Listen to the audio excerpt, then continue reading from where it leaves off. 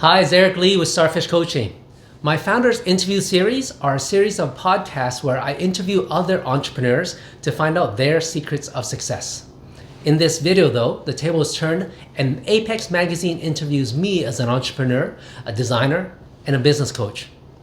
In this interview, I'll share with you the story of my humble beginnings of coming to this country as a refugee, becoming a self-taught designer, and now a business success coach to help creative entrepreneurs.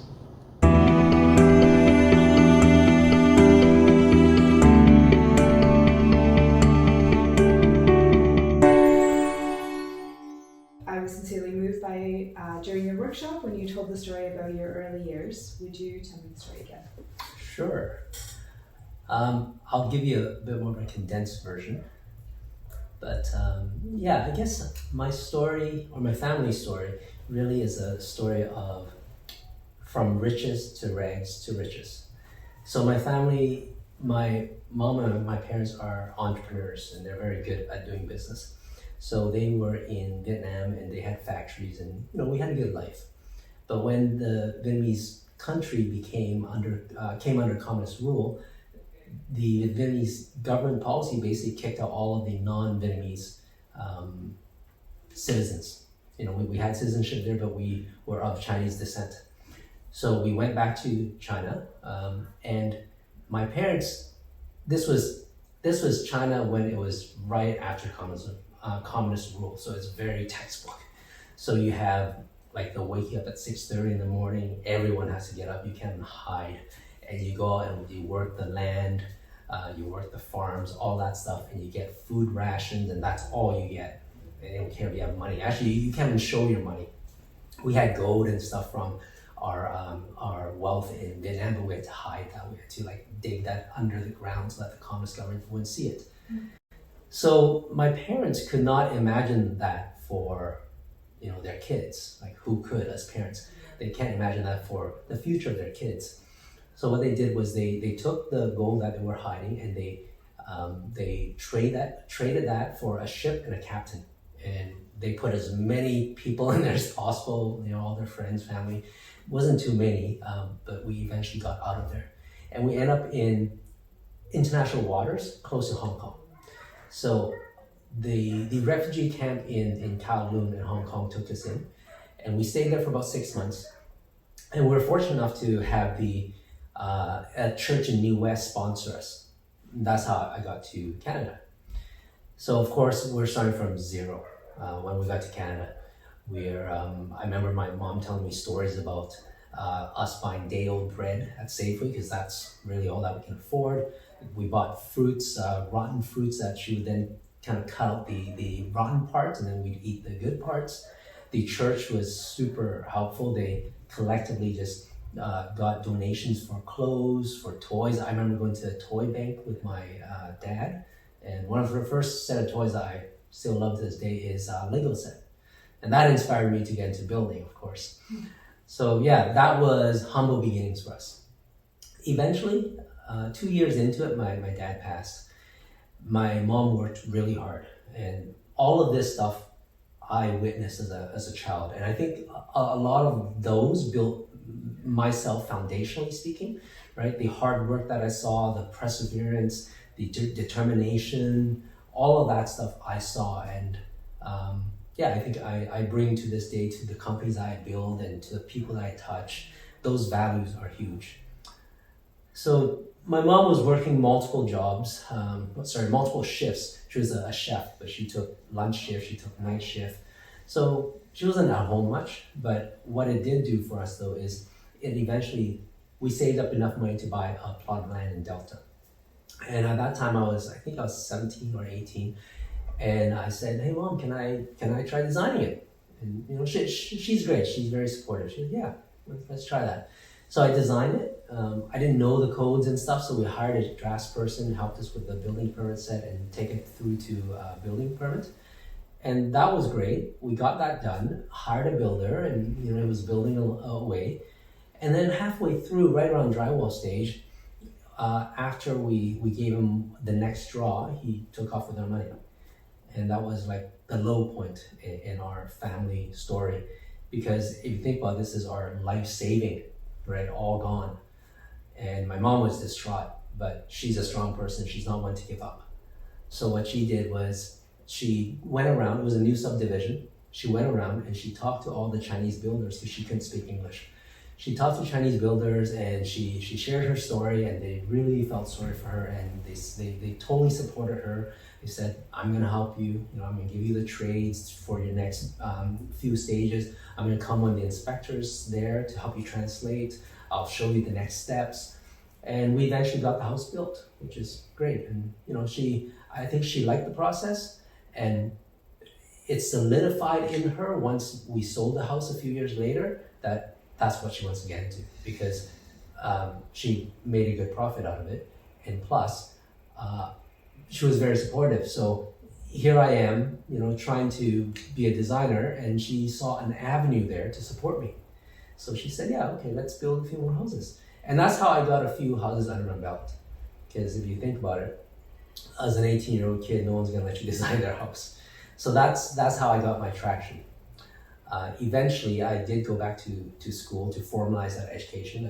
I picked BCIT, very much so because of their practical reputation. And I was able to transfer. My plan was to transfer back east to one of the universities to finish my architecture degree. And I guess, after BCIT, I was having some clients on the side already.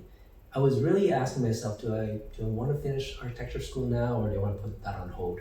So I decided to put that on hold, and I took my first job, which was in an interior design company, and I learned interior design from there, just from interacting with the designers.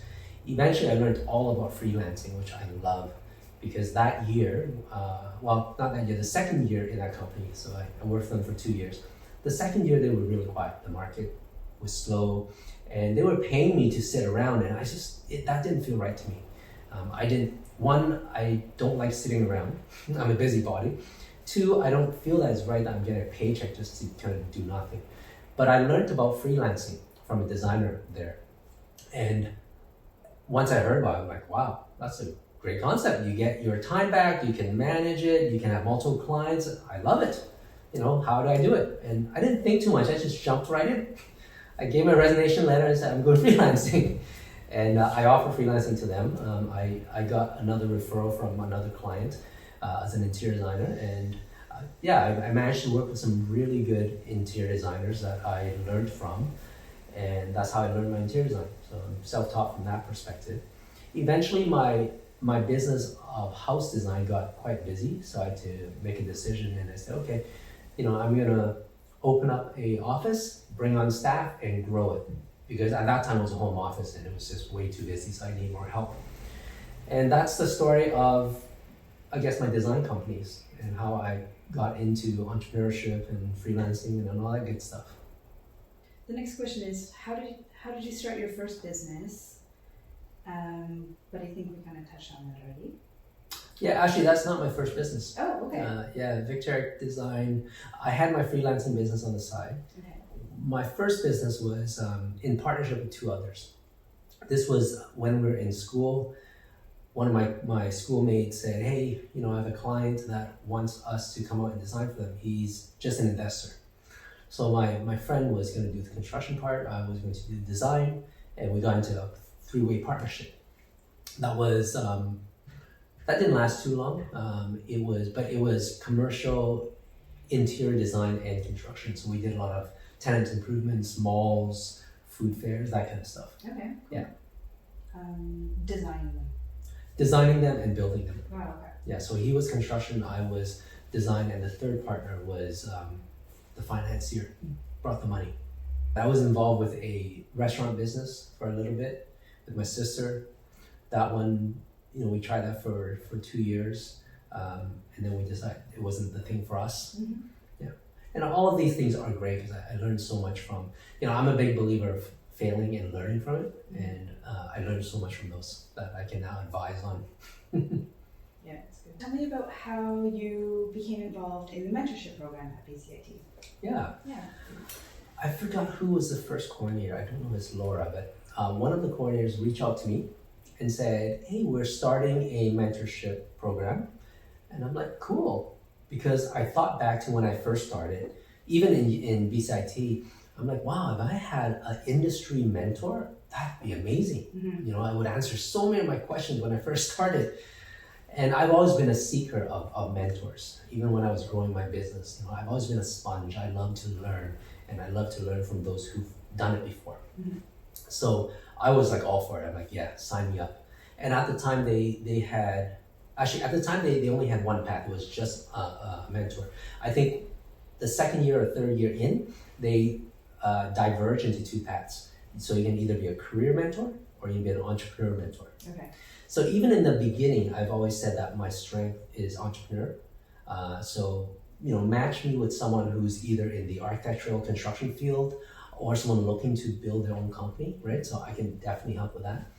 And then when they brought in the entrepreneur path, I said, that's great, that makes so much sense. Because it's similar, but the focus is different, right? If you're kind of building your resume, talking about interviews, that's one path. But then if you're building a business, that's a completely different thing. So I chose to be the entrepreneur mentor, and that's great. It's been, I think, 5 years or so, and yeah, every year I, you know, volunteer my time pro bono and take a person out of that program and help them build their business, and it's so rewarding. So now you're starting a new company. Tell me about your coaching business. Yeah. So last year, I got to a point in my design career where I felt, you know, I've done a lot of great things. We've won multiple awards, you know, and all types of awards, and I've designed like amazing homes and expensive homes and challenging homes, and I'm like, I need the next challenge. I want to see what else I can do. And I've always liked working with entrepreneurs. I love the entrepreneur spirit. I love working with creatives because I'm a creative myself. And through my BCIT mentorship days, I love that. So I felt, okay, well, you know, maybe there's something there. So why don't we formalize this mentorship experience I love to do? And then I decided, okay, I'm going to be a business coach, business advisor to creative service entrepreneurs, because I've had success with my 3 companies, all in that field, award-winning, you know, proven track record, all of that stuff, and I've learned and learned from my mistakes, you know, failed from it, learned from my mistakes, and I can definitely tell people what not to do, and just, you know, deep down inside, I'm an entrepreneur at heart, so I know how to build companies, and I know that formula for success. So I want to help my tribe. You know, right now it's my time to give back for my tribe, which is the creative community. And then another thing, when I thought about, okay, who needs the most help, was creative entrepreneurs need the most help. Because if you think about it, design school or photography school or whatever school really do not teach you about business. I remember in BCIT they had one business communication course, TCOM, and that was great. I learned a lot from there, but it was nowhere near about, you know, how to run a business and how to start that. So I felt the creative entrepreneurs were the least supported. And if I can bring my creative thinking, I speak their language, plus my entrepreneurial know-how, and marry that together as an offering for our creative entrepreneur community, it's like, wow, great, perfect. That answers a lot of things. You know, for me, I always believe in building companies that's related to my passion and fulfilling my passion. My 3 companies are. This one is. You just gotta love what you do, and it's a bit of a give back to my community, but it marries everything that I love to do. So that's how Starfish Coaching got created. I know this wasn't in the questions, but I just was curious. I know that there's been some time between your last business and your new business, and there's been. Can you just tell me maybe a bit about how things have changed since your last business, or what you've learned or had to adapt to? Right. Yeah, I'm one to, you know, I have a personal commitment that I made for myself about 10 years ago that I'm always learning, continual learning. And I always want to be doing something every year. Doing something meaning either a program in personal growth or a workshop or something to just keep myself going. And when I started Starfish Coaching, my last business I started was my development company. So we do townhouses and everything like that. And that was, fairly easy launch because I used my existing resources in my team. I have a team of 30 people. So that was not too bad.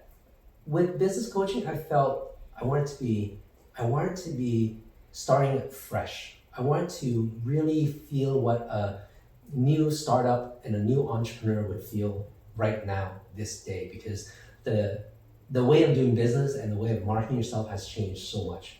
I wanted to be relevant to their struggles. Being a coach, that gives me that empathy and to really understand what they're going through when they bring up their problems and their obstacles.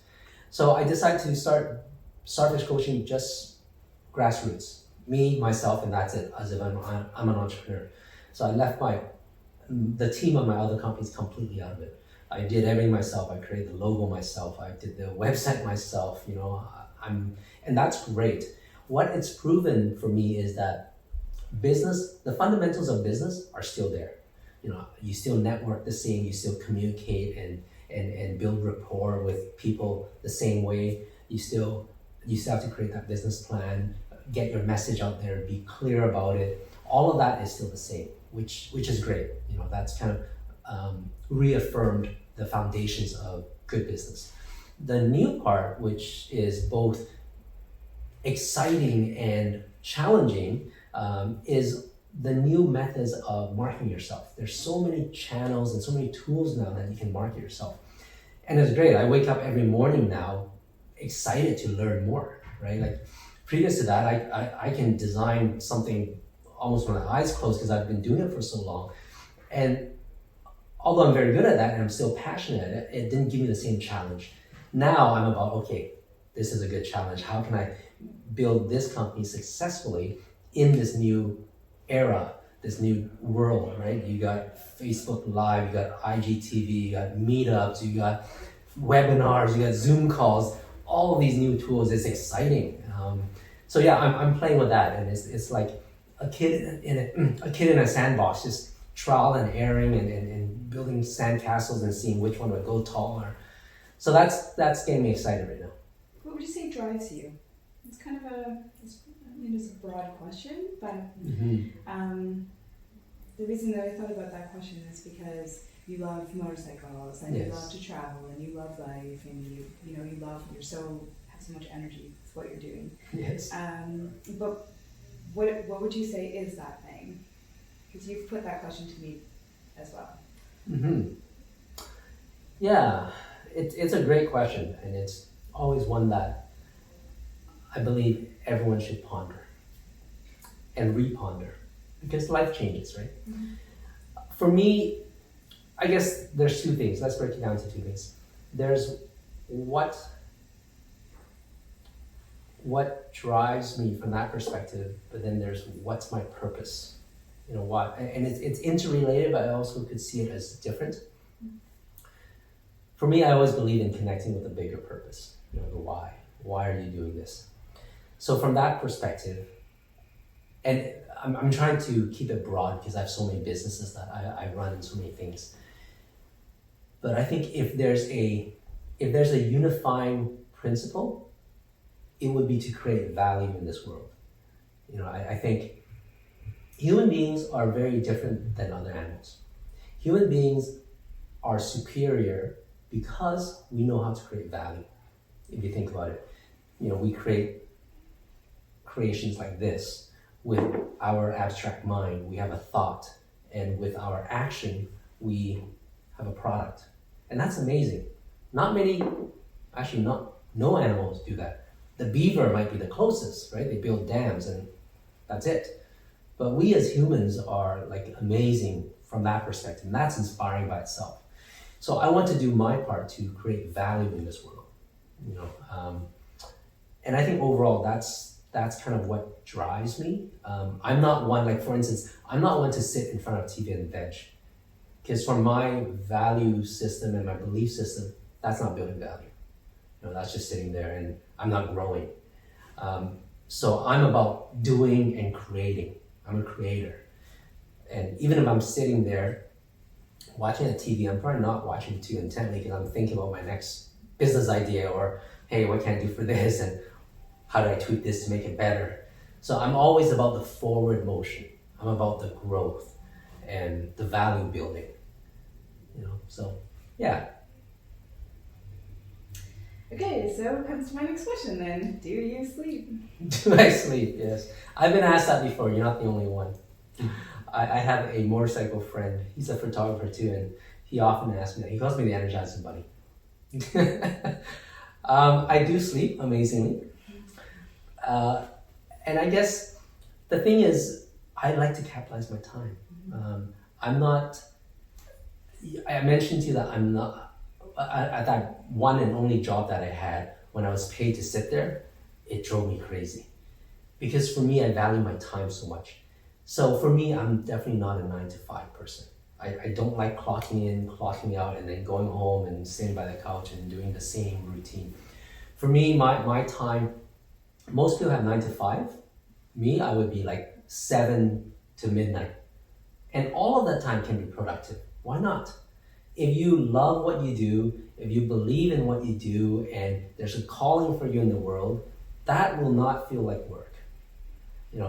I remember I had a staff when I was about the size of 6 to 7 people, and she asked me the same question. She says, how do you do that? Like, how do you keep on going?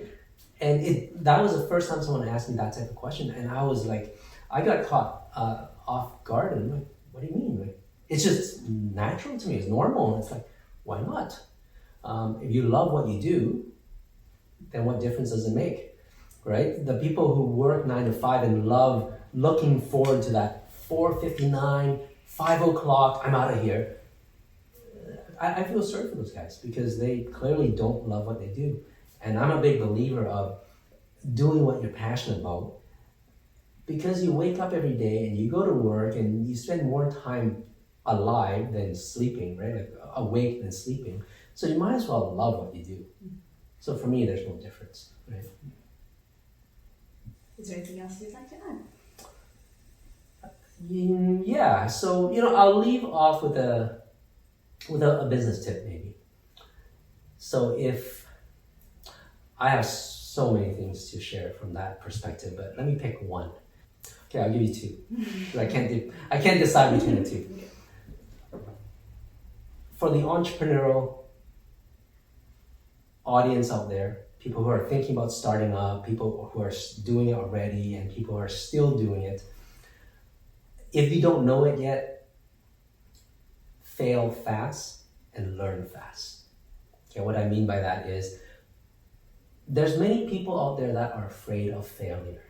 And if you think about it, failure, the word has a negative connotation in society.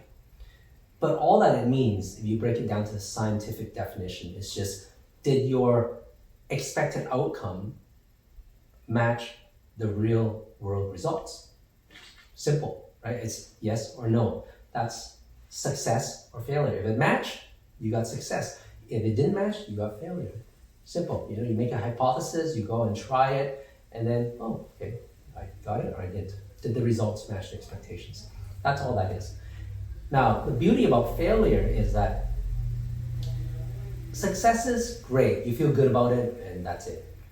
But don't dwell on that. That's awesome. It gives you a dose of dopamine, but failure is where the gold nugget is. Failure is where you learn. If you're building processes and systems, you look at every rule, every law, every process, every system is put in place because something failed. So as human beings, like I said, we can build value, and the beauty about that is we can build value over generation. No animal can teach their next generation. We could. So you're building upon human value. The humanity, civilization will build upon the value by failure. So as a business and as an entrepreneur, learn from your failure. Fail fast, because you will fail. That's not a question, right? It's not about, oh, I'm not going to fail, and you try to avoid failure. It's about just let it fail, but learn from it.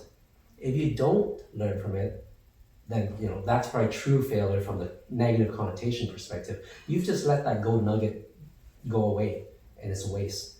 right? So everything that you do, you can fail and learn from it, and do it fast as an entrepreneur. Then that shortens your learning curve, and it gets you to success faster. So that's one. And then I think the other thing is always seek out mentors. Mentors, coaches, advisors, whatever you want to call it. Seek them out, because yes, you can go to school for a PhD and you can read lots of books, and books by itself is a mentor, right? So you're learning from that. But you can do all of that. If you haven't been there, you just don't know it, right? You don't know what you don't know. If you've never climbed that mountain and you've never gone to that plateau and you've never gone around that crevice, you never know it. But a mentor has. Right? A mentor has been there before, by definition. So they can shortcut your learning curve, and they can collapse your years into days. And that's the beauty about mentoring.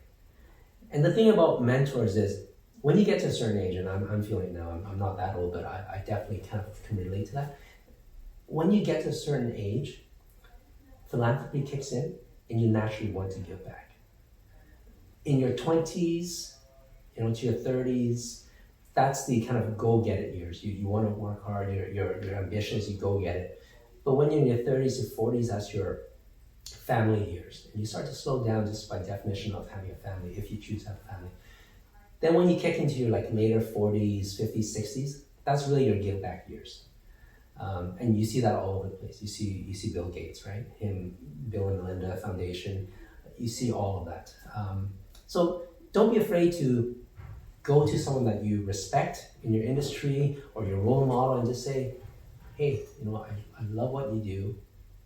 Will you take me on as mentor? Or hire a coach or hire a consultant.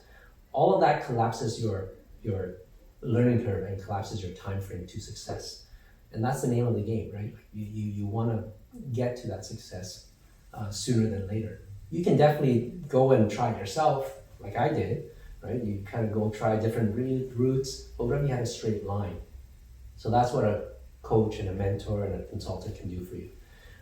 I seeked out mentors. I have coaches, and that helped to shorten this path. So that's my recommendation to entrepreneurs and startups. Okay.